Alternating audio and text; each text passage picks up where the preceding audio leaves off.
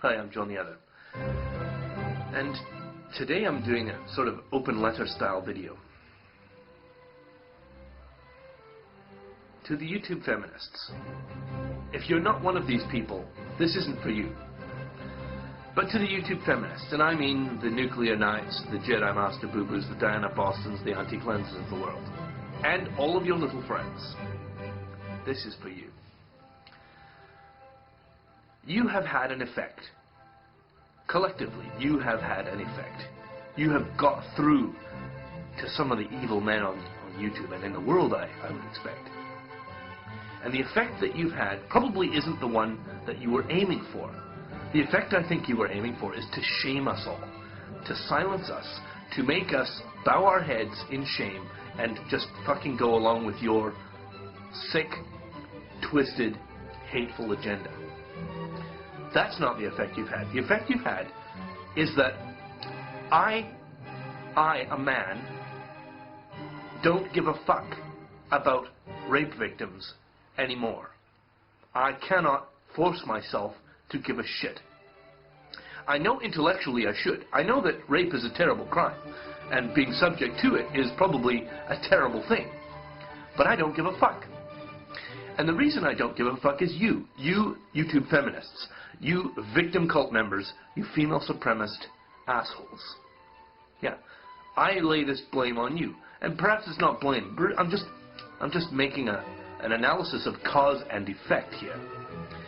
See, you have for so long repeated this mantra: all men are evil, all men are rapists. You're a rapist, you're a rapist, rape, rape, rape, rape, rape. That's all I've heard from your camp for the entire time I've been on YouTube, which is about 3 years now. And I can no longer find myself giving a shit. I don't give a flying fuck about rape victims anymore. The real ones. Not the fake victims like you. Not the fake victims. The fake victims. Do you think we can't tell the difference between an actual victim and a fake one? No, but you see, I don't give a flying fuck about real rape victims anymore, and you are the cause. You have completely numbed me. Because your endless repetition of this mantra that men are all victimizers and women are all victims. Women are at continuous risk to be raped at any second. I don't give a fuck. So, in the real world, out in the world, if I encounter a rape in progress, what am I going to do? Stop it? No, I'm going to walk around it. Why? Why am I going to walk around it? Wouldn't a real man stop it? Well, yeah, probably. But that's a real man by your definition. See, when I was 22 or 23 years old, I was a construction worker. And one of the places I worked was the St. Paul Hospital addition, where the research center is on 16th Avenue, on 12th Avenue and Oak Street. And I worked there for about a year and a half while that building was going up. And next to the hospital was a park. I'm not sure if the park is there anymore. I think they've built another building there. But there used to be a park there. And the nurses who worked in the hospital used to have to walk through this park in order to get to where their cars were parked. And on occasion, this park was the scene of rape. And being a construction worker, I also ended up walking through that park because I worked in that building too. Around 2 in the morning, I was coming off a night shift, and I had slung over my shoulder my tool belt, which had a drywall saw and a hatchet and a tape measure and a bag of screws and a bunch of other stuff. And I still had on my steel-toe boots, and I was covered in drywall dust. I was tired. I'd worked about 12 hours. And I came upon a scene out of a nightmare.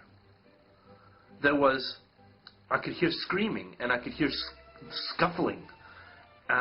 And there was a large man bent over a woman, and it was a very surreal scene. And it was immediately obvious to me that this was a rape in progress.